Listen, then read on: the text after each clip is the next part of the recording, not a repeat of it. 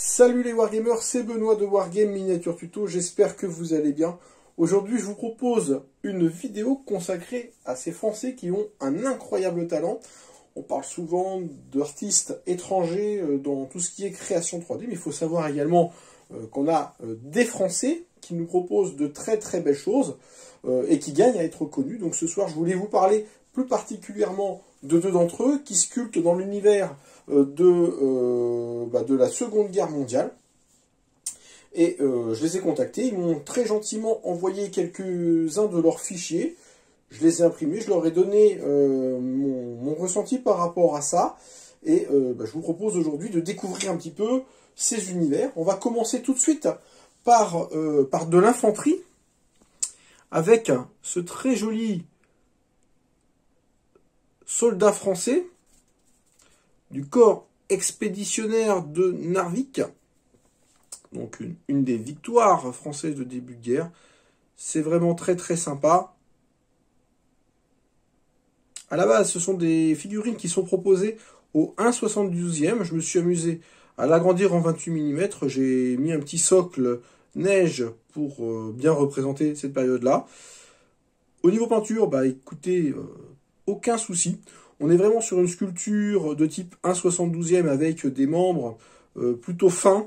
Tout est plutôt fin, on n'est pas sur de l'Heroic Scale.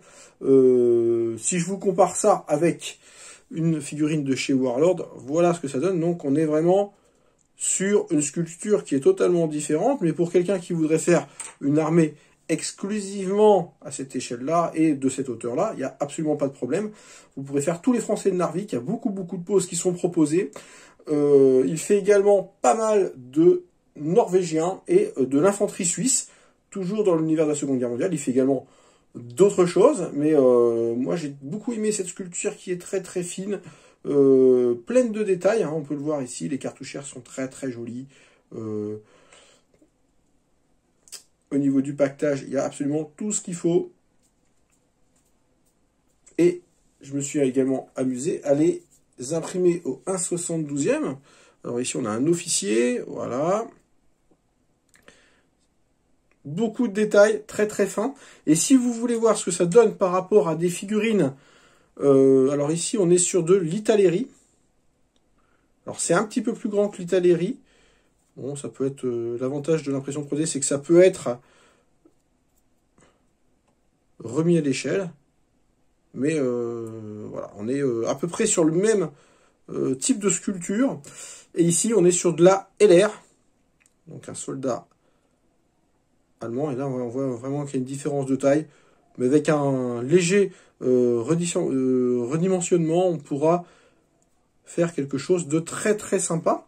Beaucoup de poses, des poses très dynamiques, alors voilà, hein, encore un autre, ici en position d'attente. Alors c'est des positions qui sont très très naturelles, c'est ce que j'apprécie beaucoup chez ce sculpteur, ce qui m'a beaucoup plu.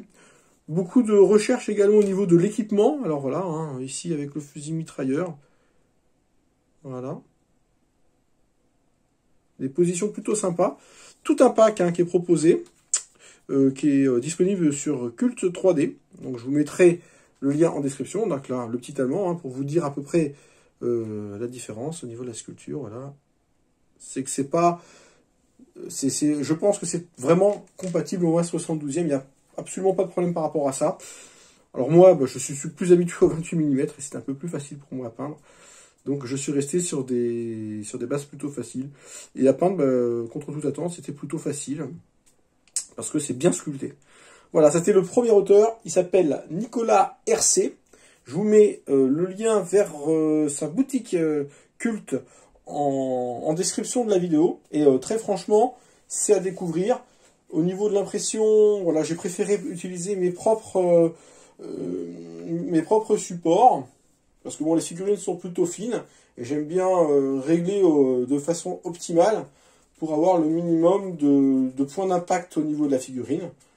Mais il n'y a absolument pas de souci, c'est très très clair. C'est sur sa page, vous allez voir, c'est très documenté. Et vous pouvez d'ailleurs regarder quelques-unes de ses créations en même temps que vous m'écoutez. Deuxième créateur 3D, ici on est sur Arverne Miniature.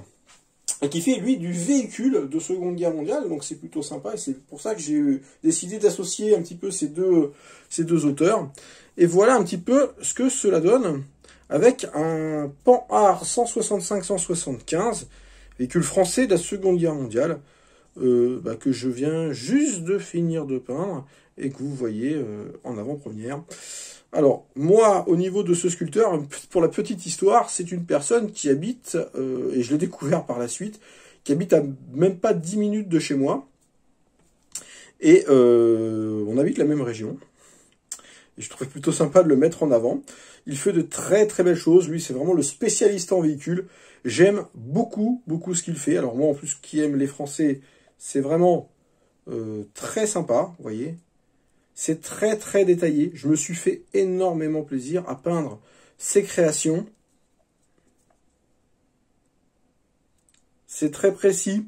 Ça se marie d'ailleurs plutôt bien hein, avec ce fantassin-là, parce qu'on est vraiment sur, encore une fois, sur une sculpture qui est très réaliste. Et moi j'aime beaucoup ça. Au niveau de la tourelle, j'ai apprécié ça également parce que, vous voyez, il y a tout un petit système d'accroche. Alors moi j'ai rajouté un petit trou en dessous. Je vous expliquerai pourquoi après. Et ici, il y a un petit système qui vient loquer la tourelle et qui l'empêche de partir. Donc ça, c'est des choses qu'on ne retrouve pas sur tous les véhicules.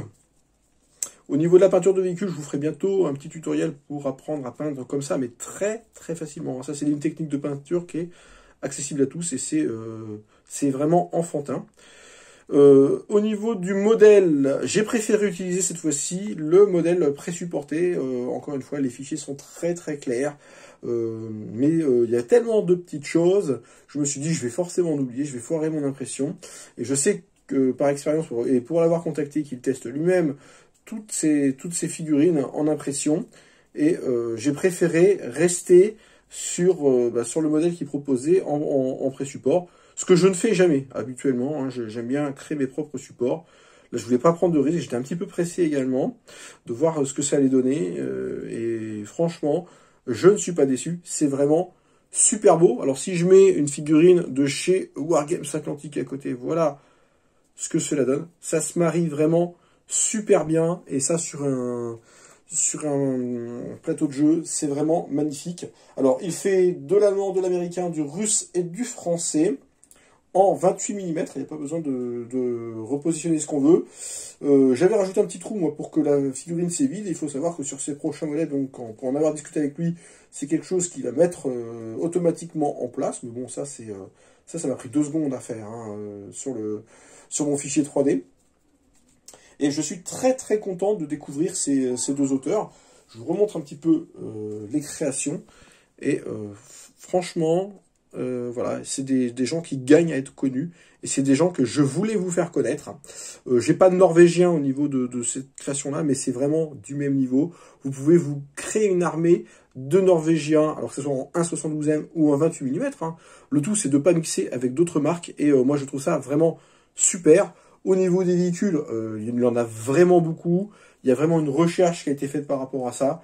Moi, j'adore, hein, tout simplement, c'est magnifique. Et je me suis fait un super plaisir. J'espère que cette vidéo vous a plu et que vous êtes vraiment régalé autant à regarder ça que moi, à les imprimer et à les peindre. Franchement, ces deux sculpteurs 3D, ils ont vraiment un super talent.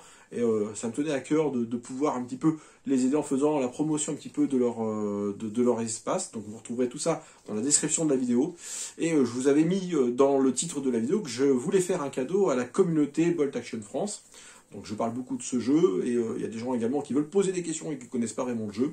Donc j'ai décidé de créer un serveur Discord, et je vais vous expliquer un petit peu en quoi ça consiste. On pouvait déjà voir un petit peu à l'image à quoi ça ressemble. Il existe en France déjà des forums, des groupes Facebook, des groupes Messenger également qui sont consacrés à ça, mais c'est un petit peu parcellaire, je trouve. Les forums, c'est un petit peu vieillot et ça manque un petit peu d'interactivité. Les groupes Facebook, on est un petit peu dans l'instant, et lorsqu'on recherche une information, il faut guetter un petit peu la réponse, sinon ça se perd dans les méandres des fils de discussion. Les groupes Messenger, ce sont des groupes qui sont très privés, et si on n'est pas invité, finalement, on n'y a jamais accès. Et moi, ce que je voulais, c'était créer un espace vraiment commun, libre d'accès à tous les joueurs et tous ceux qui veulent se renseigner sur Bolt Action. Et le principe, c'est un peu le principe d'un bâtiment, on va dire, hein, qui est divisé en différents salons. Et dans chaque salon, on peut poser ses questions. Donc on double-clique sur le salon et on pose sa question, on peut se présenter, on peut discuter. Différents salons. J'ai créé donc différents salons. Premier salon, c'est la zone d'atterrissage. C'est là où on arrive sur le serveur et qui nous permet d'un petit peu de voir comment ça se passe sur le serveur. Il y a également une zone sur des questions de points de règle. Donc là, on peut poser sa question. Il y a des gens qui vont venir vous répondre. Ou on peut s'interroger également sur des évolutions de la règle. Moi, je trouve ça plutôt intéressant. J'ai également créé une zone vos créations. Alors les créations, ça peut être vos créations en peinture, ça peut être du kit bashing, ça peut être de la sculpture 3D pour les sculpteurs 3D, pourquoi pas, pour mettre en avant un petit peu ce que vous faites. Ça peut être également de la vidéo, et c'est là-dessus également que je mettrai mes vidéos. Vous pouvez faire plein de choses, ça peut être des dessins, ça peut être absolument tout ce que vous voulez. Du fan art, finalement, qui est en rapport, bien entendu, avec Bolt Action. Vous avez une zone sur des points d'histoire, des gens qui s'interrogent sur un point d'histoire, qui s'interrogent sur des uniformes, des couleurs ou quoi que ce soit. On peut poser des questions qui sont très précises, sans pour autant refaire l'histoire. Hein. Le but, c'est pas de faire des débats politiques ou des débats d'idéologie interminables et qui ne serviront de toute manière à rien. De toute manière, moi, par rapport à ce serveur, je vais être très clair, je suis l'administrateur, et en tant qu'administrateur, j'ai posé des règles qui sont plutôt simples. C'est le respect absolu entre les membres. On peut s'exprimer, mais toujours avec courtoisie, pas de cyberharcèlement, pas de spam, pas de tout ça, parce que sinon les gens, je les sors tout simplement du serveur. Également, on peut discuter, on peut pas flouder, comme on dit, c'est-à-dire répéter 15 fois la même chose ou parler pour rien dire, ça sert absolument à rien. On fait pas de politique, on fait pas d'idéologie, on prône absolument rien. Voilà, on est vraiment là un groupe de copains et de copines pour tout simplement s'amuser entre nous et parler de notre jeu, c'est-à-dire Bolt Action. J'ai également créé un salon qui est consacré à la présentation de joueurs ou de gens qui recherchent des joueurs, donc ça peut mettre des gens en relation. Et un salon sur les événements, un agenda de Bolt Action. Alors, il suffit pour publier votre événement, si vous avez un tournoi, une petite convention, un petit salon à présenter, vous me le dites, vous m'envoyez tout simplement ça en MP, je le mets sur le calendrier et ça apparaîtra. Et ça pourrait être consultable par tout le monde, donc je trouve que c'est plutôt une bonne chose. En dessous ça, j'ai mis 2 salons vocaux parce que l'avantage de Discord, c'est qu'on peut également discuter en temps réel. Et pour des gens qui, des fois, sont pas forcément à l'aise avec le clavier ou qui veulent discuter de vive voix, vous pouvez utiliser un de ces 2 salons pour tout simplement pour discuter. Alors, je peux en créer d'autres ou quoi que ce soit. Le salon, le concept de Discord, c'est que c'est totalement évolutif et je pourrais adapter les différents salons en fonction de ça. Et en dessous, on a l'espace associatif. Alors si vous avez une association et que vous voulez que je vous crée un petit espace pour discuter entre membres, organiser des parties et puis tout simplement vous donner un petit peu de visibilité, et ça sera avec plaisir que je vais vous créer votre petit salon. Comme ça, vous serez un petit peu moins étanche à l'extérieur et les personnes qui veulent vous poser une question en direct viendront directement sur votre salon poser une question sur votre association. Donc moi, ça me paraît hyper simple. J'utilise déjà Discord pour pas mal d'autres jeux. J'étais vraiment étonné que ça n'existe pas pour Bolt Action. La version bêta, elle existe depuis maintenant quelques jours. Et ça fait... j'ai ouvert les vannes finalement il y a très peu de temps déjà aux abonnés de la chaîne. On est déjà plutôt pas mal à s'être connecté. On commence à l'utiliser tranquillement.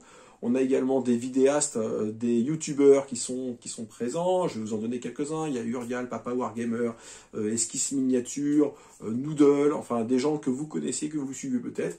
Ils sont également présents sur le serveur. Alors, je dis pas qu'ils sont là tous les jours, mais ils se sont inscrits, ils veulent suivre un petit peu l'évolution de ça. Et vous pouvez directement discuter avec eux. Puis il ne faut pas hésiter également à discuter avec moi. J'ai jamais mangé personne. Et voilà, c'était vraiment un truc tout à fait désintéressé. Bon, je vous ai dit qu'on avait passé la barre des 2000 abonnés, voilà, bon, je vais pas le fêter pendant 107 ans, mais pour moi, bon voilà, ça passe un petit peu un cap au niveau de la chaîne. C'est un petit peu plus sérieux, on va dire. Alors c'est pas mon serveur, c'est pas le serveur de Wargame Miniature Tuto, c'est vraiment le serveur de Bolt Action France. Donc si vous voulez nous rejoindre, ça sera avec un grand plaisir qu'on va vous accueillir. Vous trouverez le lien en description de la vidéo. Voilà, je vous embête pas plus pour aujourd'hui. N'oubliez pas d'aller voir un petit peu les boutiques des deux personnes que je vous ai présentées vraiment tout à l'heure. C'est vraiment très très intéressant à aller voir et en plus c'est pas très cher. Donc je vous dis à très très bientôt pour de nouvelles aventures. Ciao ciao!